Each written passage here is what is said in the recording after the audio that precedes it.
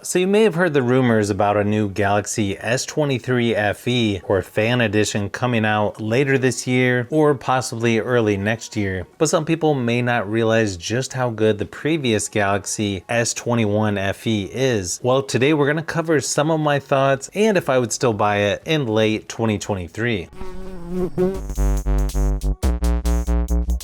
As far as the price goes, it's still $599 on Samsung's website, which is probably what the new version is going to cost, but obviously it's quite a bit cheaper if you buy from other places. I actually bought this renewed version from Amazon for only $218, which is a crazy good deal in my opinion. Plus it looks brand new. I don't even hardly see any scratches or wear marks on it. I know some people might be concerned about battery life, but we'll go over the results of my testing here in a minute. Now the version I have is the Snapdragon 888 processor with 6 GB of RAM. I know there's also an Exynos 2100 version as well, but I believe that's the international version that you get overseas versus what we have in the United States. The version I have is 128 GB of storage. I believe there's also 256 GB with 8 GB of RAM. So pretty decent options even in 2023 in my opinion.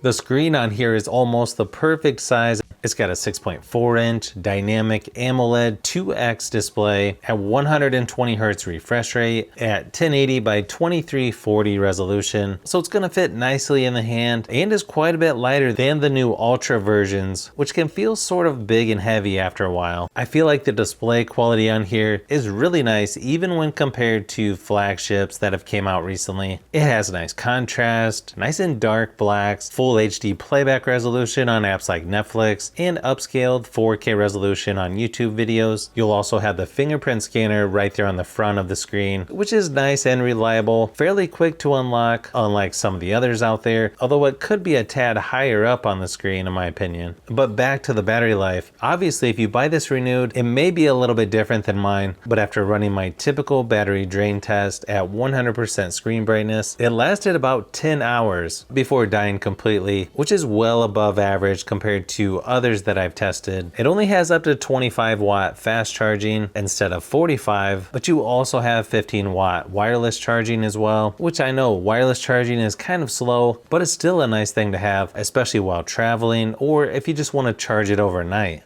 As far as software goes, I actually had an error on this saying the update was interrupted and to try again in 24 hours, but then I figured out a way around that so that I could still update this. I'll have to do a quick video on that here soon for anyone who's interested, but once I get it updated to Android 13, it's going to feel very similar to other Samsung phones and tablets that you've used within the last couple years. I feel like it's pretty good overall. Over here on the side, you've got the Edge panel with shortcuts, Google Discover Newsfeed or Samsung Free left of the home screen, and then a very familiar notification shade with lots of different shortcuts like Wi-Fi, Bluetooth, airplane mode. It also has screen recorder, quick share, link to Windows. You also get Samsung DeX on here, which you normally don't get on budget Samsung products. And then of course dark mode, smart view, nearby share. You can also hit the plus symbol and add about 18 other shortcuts from Dolby Atmos to secure folder to NFC and extra dim. This phone was released in January of 2022, and I believe it's going to get 4-year software updates with 5-year security updates, which is still one of the best out there when compared to other Android phones. Now performance-wise, even though this phone is not considered a flagship phone, just looking at the Geekbench scores, it's actually quite good in my opinion, right on par or better than the new Galaxy A54 and the Pixel 7a. So it's gonna play games like PUBG Mobile and Asphalt 9 without any issues, and is also gonna have pretty good graphics and frame rates, and the size on this is just about right for gaming as well, which is gonna fit into most controllers, which is something I can't say for my S23 Ultra. I also feel the speakers on here are pretty good as well, especially if you have Dolby Atmos turned on. Here's a quick sample just to give you an idea of what they sound like.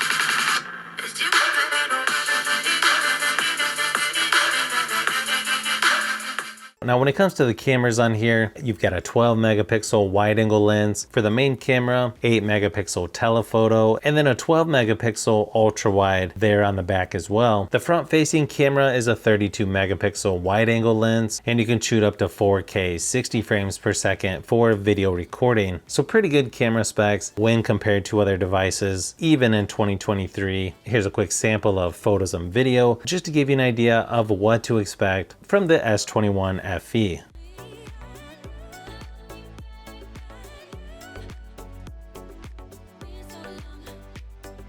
Probably going to depend on what you're looking for, because there are some newer phones like the S22 with some slight upgrades to this one, but it's going to cost more. Or you have budget options like the Pixel 7a and Galaxy A54 to consider. Of course, you may want to wait to see the price of the S23 FE, but keep in mind that's probably going to be around $600. I also like the fact on this one that it feels very similar to the Galaxy S21, but in my opinion, this phone is going to be pretty tough to beat considering the performance, features, and price.